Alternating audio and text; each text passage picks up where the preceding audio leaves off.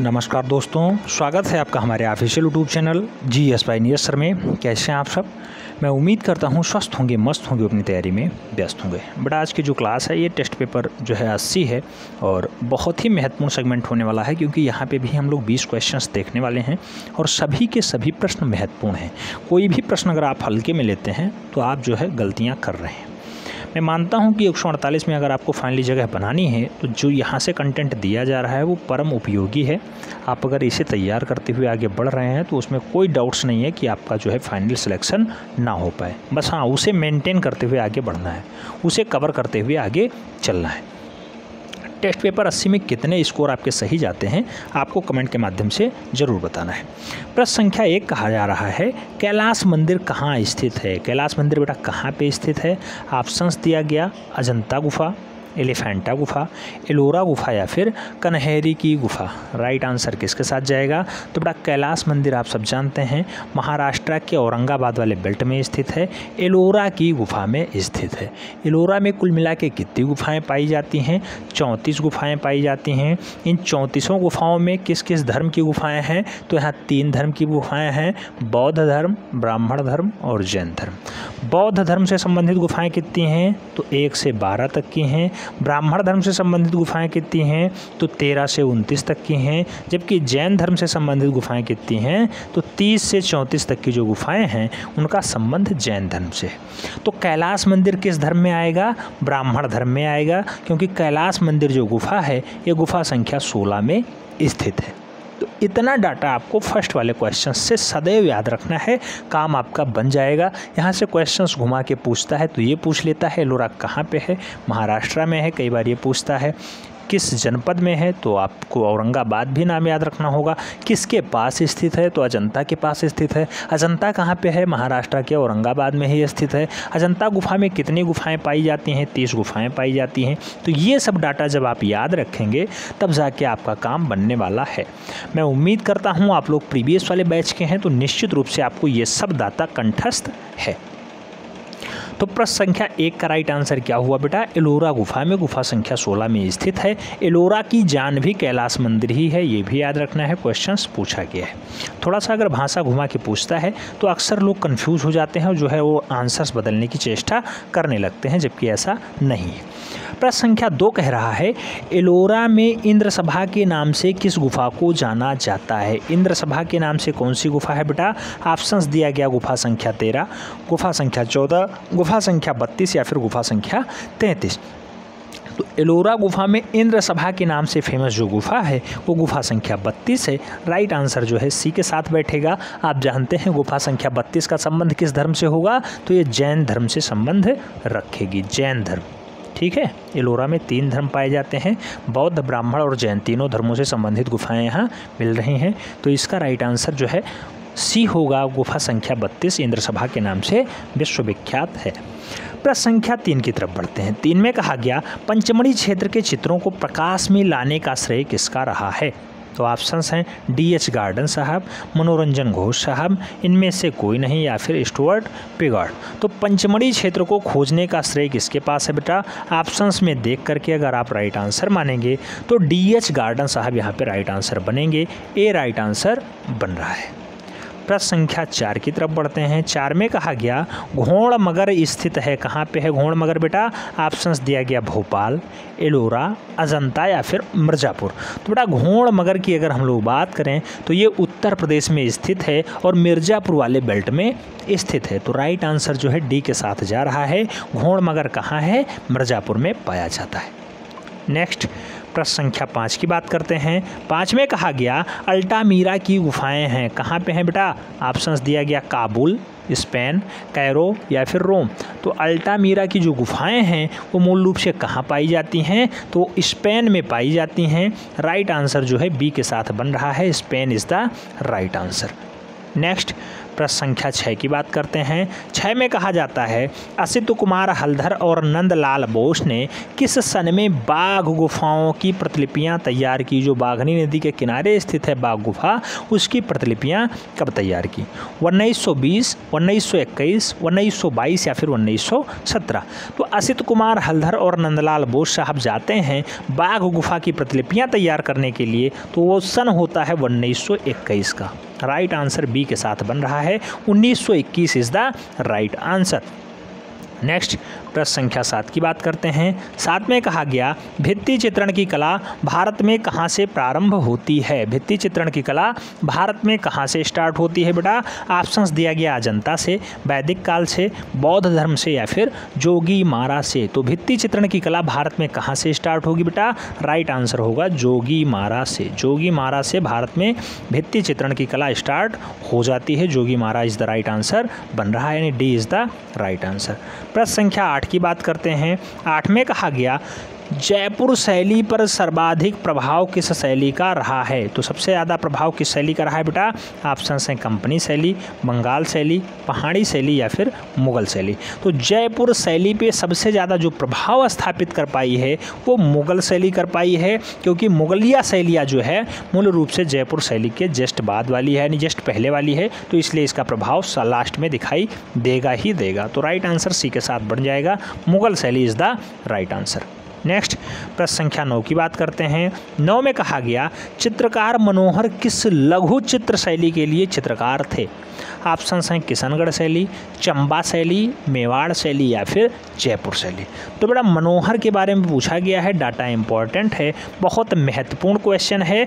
मनोहर का जो संबंध रहा है वो मेवाड़ शैली से भी रहा है। राइट आंसर सी के साथ बैठ रहा है, मेवाड़ शैली इज़ द राइट आंसर। मनोहर का संबंध किस लघु चित्रण शैली से है? तो मेवाड़ शैली से है। राइट आंसर सी के साथ बैठ रहा है। प्रश्न संख्या 10 की बात करते हैं। 10 में कहा गया बनी ठनी किस कला शैली का चित्रण विषय वस्तु रहा है? बनी ठनी किस कला शैली का चित्रण विषय वस्तु रहा है? ऑप्शंस हैं किशनगढ़ शैली, मेवाड़ शैली, मारवाड़ शैली या फिर जयपुर शैली। तो बनी ठनी के लिए बेटा जो जिम्मेदार है वो किशनगढ़ है, और किशनगढ़ किस राज्य में स्थित है ये भी क्वेश्चंस पूछा जाता है। तो ये राजस्थान राज्य में है, राजस्थान।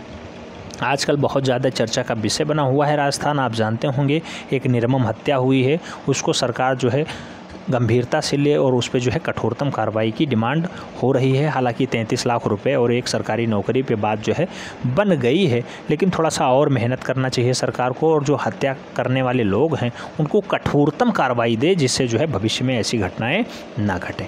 प्रश्न संख्या 11 की बात करते हैं। कहा गया सेस्टन चैपल जो है गिरजाघर की छत का चित्रण किसने किया है ये पूछा जा रहा है।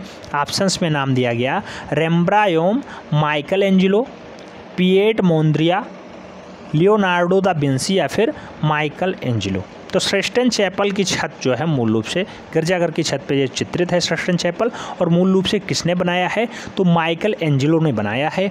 याद रखना है, राइट आंसर डी के साथ बैठ रहा है, Michael Angelo is the right answer, Michael Angelo.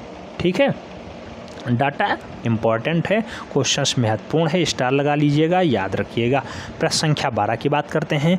पूछा गया माइकल एंजिलो का जन्म कहाँ हुआ है? ऑप्शंस हैं फ्रांस, यूगोस्लाविया, इटली या फिर बोलोविया।